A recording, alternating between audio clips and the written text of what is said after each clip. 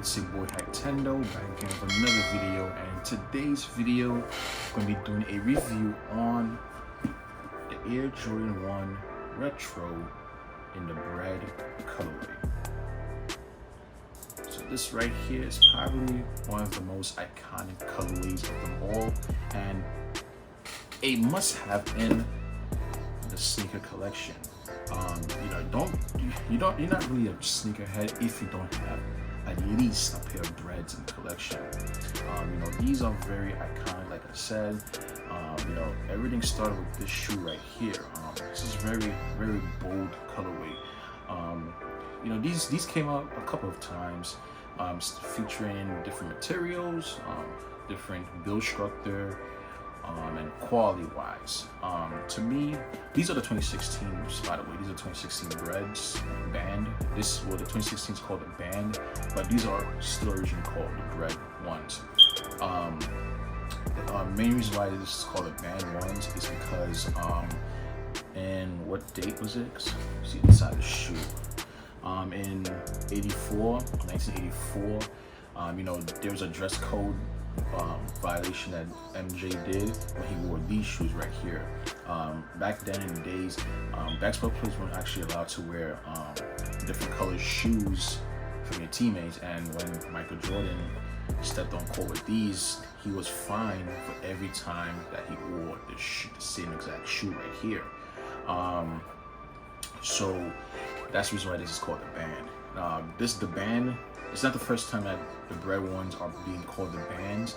I believe in 2010 or 2011 in the DMP, it's either the DMP pack, I don't know which year or which pack it is, but those was actually called the bands again, and that specific colorway shoe featured a big red X on the heel of the Jordan 1, which symbolizes the band colorway of the shoe. Many people speculated that the 2016 joints will have that same red X, but when pairs started coming out, they didn't feature that red X on the back. And then there was even rumors saying that if you take rubbing alcohol and rub off the heel of the back of the 2016 Bred or band Jordan 1s, you will reveal that red X. Again, it wasn't true. What people ended up doing was just rubbing off the paint and messing up the leather of the band ones. So that's your little backstory on these. It's just a typical Air Jordan 1 high OG. These are truly, these right here are truly to its OG model. The same shape, material wise, textures, everything's really right. Color is right as well. The last time these dropped was in 2013, the 2013 Breds. I didn't really like those due to its lower cut, and I'm not sure. It's just in my opinion, but on the heels of the shoe right here, I like seeing that right here, like the little stitching right here, and you see how thin it is. The 2013s, it was a bit wider, and I didn't really like that. So I'm glad the 2016s that they actually returning back to the OG counterparts. So these dropped back in 2013. If you're comparing these to the 2013s, you see major differences, and that's including the color and materials used. I think, in my opinion, these are better quality compared to 2013s, but there's a little drawback to this, and that is the leather. The leather on these things it's pretty good. It's soft. It's not shadow backboard quality leather, as most people say. It's truly not. I'm gonna show you guys an up close view of these, and tell you guys all about the leather. So let's get to full detail of the shoe. Alright guys, just very quickly, just going over the shoe. So we have our smooth black leather on the shoe, and we have a red semi-tumbled leather on the outside of the shoe. Now these shoes right here, quality control on these weren't very well, so you will see some pairs will have roughly more tumbling compared to another person's pair that would just be smooth, buttery leather. So this is actually a flaw. I'm not sure what was going on in Nike. Nike QCs nowadays isn't very well, so you will see something like that. So for exactly for this pair right here, you will see that one side of the shoe is tumbled than the other, and some parts of the shoe where it's supposed to be tumbled is tumbled on that side, but this side's not. So you can see here, over here, it's not all that tumbled, right? It's a little bit smooth. You still see a little tumbling there, but it's not really all that tumbling compared to this side right here. We can see it's a little bit more tumbled right there on this side. And do know that after some wears and cleans and stuff like that, these shoes do start to lose this tumbling. So we have our Air Jordan logo, branding in glossy, indented. Another shoe. There you go. We have a red swoosh. It's supposed to be tumbled here. You can see it's not all that tumbled. On this side, it's a little bit more tumbled, and on the opposite side, you can see here it's a little more tumbled here. On the opposite side. There you go. Like I said, these did have some QC issues with Nike. Some pairs does have more tumbling than others. I don't know what was they doing, but that's how it is. We have our, let's turn it this way for you guys. We have our toe boxes right here. Let's get a zoom on that. You can see it's tumbled there. I believe my pair, it actually did came identical, same identical tumbling on the toe boxes right there. Got the perforation holes there. Now one thing with these and newer ones is the type of leather that they're using on these ones, and you see a little bit creasing right there. Like I said, I had to wear my shoes, guys. I do wear my shoes. So yeah, the leather on these. Now these didn't happen to the 2013s, but these are happening to it. If you happen to wear these in the rain or anything like that, and these get wet, let's say you just dropped a little bit of liquid on your shoes or something like that, or you wear these in the rain, the leather will change color. Like it would get a darker red. Now when I seen that happen, I'm like, what the hell? Is this suede or something? But it's not suede, this is leather. Yeah, so it's a type of leather. I forgot the leather, what this leather is called, but whenever they get wet or whatever, the leather will get dark. So if you're in the rain and you see little dark spots on the perforation holes, or like the whole toe box, your swoosh or whatever, it's darker, don't worry about it. That's how it is. The 2016s are and newer Jordan 1s. For some reason on my pair, you can see here, I'm not sure you guys can see it. Let me turn the light for you guys. I'm not sure you guys can see it, but you can still see that there are some of the wetness still on the outside of the perforation holes right there. I don't know. I think it's because I over cleaned them or something like that. Because I did tell you guys that when I wear my shoes, I always clean them. You can see there. As you can see, it's still showing, and some parts of the swoosh and right here in the collar is the same thing. It does still show that little wetness there. Don't know if anything could be done to fix that, but it is whatever. I don't have a problem with that. So yeah, just let you guys know, that if it does get wet, you will see the leather gets darker. So boom. Another thing is the color of the shoe. The 2016s are a little bit darker than 2013s. It's a little bit more of a darker red, especially when there's no light hitting onto it. But if you step outside or you have a bright light source inside, like I do right now, the color red is a little bit vibrant. It's a little bit vibrant. But if you were to compare these with the 2013s, you will see a big color difference in lighting as well. So just know that the 2016 is a little bit darker in red. The heels, I already explained the heels to you guys. I like the heels of these, the 2016s and newer Jordan 1s. The heels is pretty much, I like the heels like this, with the stitching going through, and it's nice and black. Again, you got some quality issues right here. Back then, many people thought that, when you see a stitch flaw or anything like that, they're fakes and stuff like that. Nowadays, you got retails that have simple stitching flaws. You gotta remember, guys, these are being handmade. This is not being made by a machine. So you will see inconsistency of stitching there and there. You know, if you was to get someone else's 2016 bands, I'm pretty sure you'll see stitching all over the place. So yeah, so that's the heel of the shoe. Then we got our outsole, same outsole. You got your Nike in the middle, you know, barely any drag, you know, barely where it is. You got most of the stars there. It's just a little bit disappearing right there. Gotta stop picking my feet up on the toe area. Yeah, that's pretty much it, guys. Boom. Most of the stars are there. We got your insole.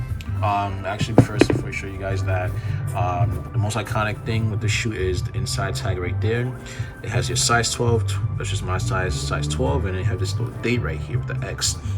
So it's going to be October 18th, 1984 is the day when Jordan Brand got banned for wearing these in the NBA due to the color. You got your tongue, you got your mesh tonguing, really soft pattern, same thing. I forgot what this material is called, but it's really soft. You got your right insole with the Nike Air still intact in there. You got your size tag in there. You got your words of text. Another thing is, if you guys had them long enough, the sponge area behind this lace right here, it does get yellow. It's supposed to be white, but because I had these for a while now, it does turn yellow. I think it's because of the oxidation has to do with it. Like this one is barely that yellow, but it's still yellow. You still see it's yellow. Again, gives the shoe a little bit of character. Shows that you had these shoes for a while. So that's the detailed view of these shoes. Let's get back to me explaining the shoes. So yeah, these 2016s, these retail for $160. It's pretty low for a Jordan shoe, Jordan 1. The retail, if you can get this for retail, you know, well, it's too late now because these dropped in 2016. But if you had gotten these for retail, you know, good riddance on you, because now in 2022, well, 2023, I'm just recording this in 2022, but in 2023, resale values on these is pretty high. I've seen lowest on these things going for about what, $800, and that's pretty high for this colorway shoe. You know, I mean, I get it's an iconic shoe, but resale is really pretty high on these shoes still. You know, they recently dropped the patent leather ones, compared to these. I'm not seeing resale value on those yet. They are going to rise. I have a feeling they are going to rise, because, you know, it is aftermarket of these, of the traditional ones right here. So I believe those patent leather ones to the Breds are going to raise in resale values as well. Just not yet. So if you have the patent leather ones, you know, try to get them now while it's hot, while the prices are low, because I have a feeling that those will increase in resale values. So yeah, so these retail for $160, and you know, the highest I've seen these go for is about 1,000, 1,200. You know, I got mine during the middle of it. I don't remember the year I got these. I think I got these back in 2018, 2017. I don't remember the year I got these for, but I paid a total of $402 just for these right here. I got these for a great price. Got these for a really great steal. And these are actually not my first. These are actually my second pickups of these. I got these for the 4.2. The first pair that I got those for retail. You know, I won a raffle and I got those for retail. I actually resold those because, you know, back then, you know, reselling shoes was, you know, it's really a side hustle for me. So I got those for retail and I sold those first pair. I got those in a 10.5 because, you know, 10.5 is usually the most common size to get, you know, to sell and stuff like that. You know, because it's not gonna be too small, it's not gonna be too big for the buy, whoever buys it. So 10.5 is usually the most common size to buy. These are in a size US 12. You know, that's my size of shoes. It's pretty big. They look like boats on my feet. You know, my pops always just say that, you know, I got some boats on my feet. You know, I'm pretty sure you guys heard that term before.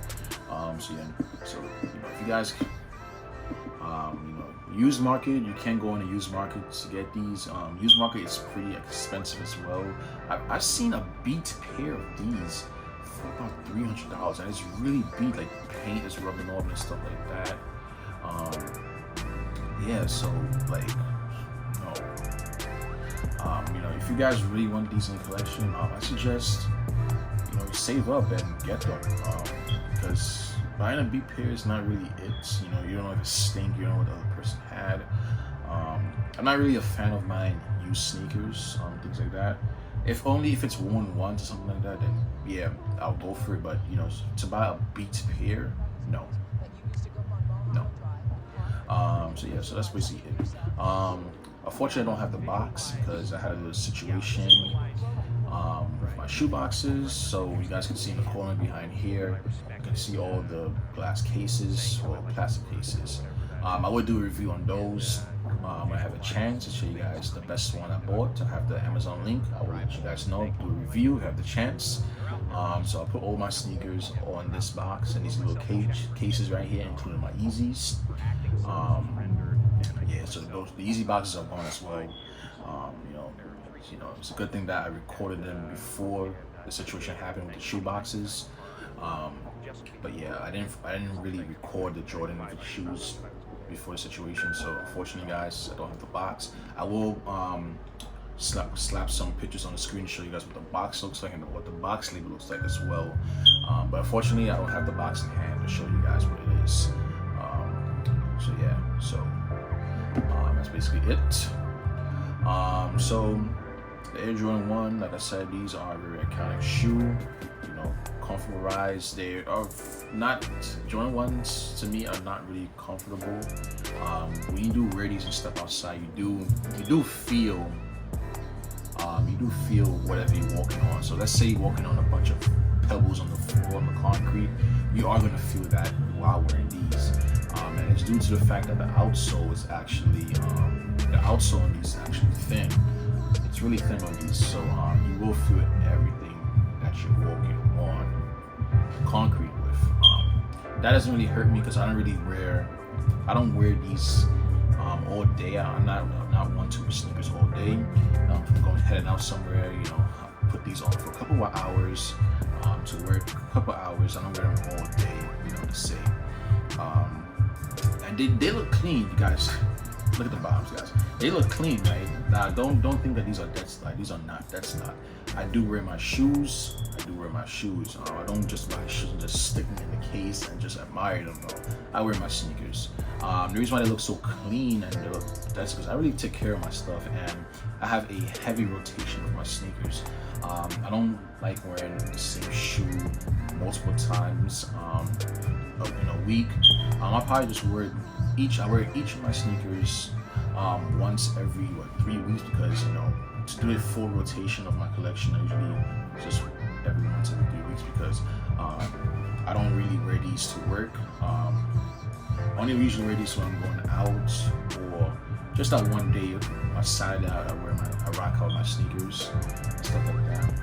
If I'm going to a corner store, laundromat, I usually just wear Crocs and usually my work shoes. Work, I got my work shoes and stuff like that. I don't really wear my sneakers. I used to wear my sneakers, but I stopped doing that. I used to wear my pine greens heavily at work. I recently stopped doing that, and just because wearing your good sneakers at work is not it. You're messing them at the end of the day. I mean, I know at the end of the day there are sneakers, but you want to actually take care of them, because these are expensive, especially this pair right here. And I don't really think I can even afford to pay what these are going for right now. So I might as well treasure these and keep them in good condition. So yeah, so I have a heavy rotation, and also when I do wear the sneakers, I always clean them when I'm done wearing them. I will post a video on that if I have time, or usually my life right now is really complicated with work. I have a newborn child, so it's a little complicated right now for me to handle these videos and stuff like that. But if I do have time, I will do a how do I clean my shoes and stuff like that. So other than that, guys, these are it. One last thing, I forgot to mention the box. It's not really, it's kind of a good thing that I got rid of the boxes, but it's actually a bad thing, because let's say if we want to truly sell these, having the box is actually a great way of keeping the value of your sneakers, because usually people want the sneakers with the box, and that increases the value of the product you have. Another thing also is with the box is also guarantees that the item is authentic. Now, you don't really have to concentrate on the box so much, because some people, they will have a real retail box and they'll still put fakes in the box. Don't get me wrong with that, but still, it's great to have the box. So now with these specifically, I do know with these, the Royals Shadows, Shadow backboards, and my Pine Greens, I think whatever they used, the leather that they use on these newer ones, was for some reason, because like I said, I usually wear these shoes every 3 weeks if I'm feeling it or not. I remember for the winter, last winter, that because usually in winter time when it's cold, snow, I usually just wear my Uggs every day. I rock out with my Uggs every day and stuff like that, because it's cold. I'm not gonna be wearing sneakers. It's cold outside, and you got the snow and stuff like that. I don't want to get these messed up. So basically, what I do is I usually just rock out with my Uggs and I wear those every day. Last time when it was springtime, when I got warm enough to pull these out, when I pull these out the box, there was a bunch of just glitter on the black part of the sneakers. Like, it was a bunch of glitter, like especially in this area of the shoe, like right here where the swoosh is. There's a bunch of glitter, and I was like,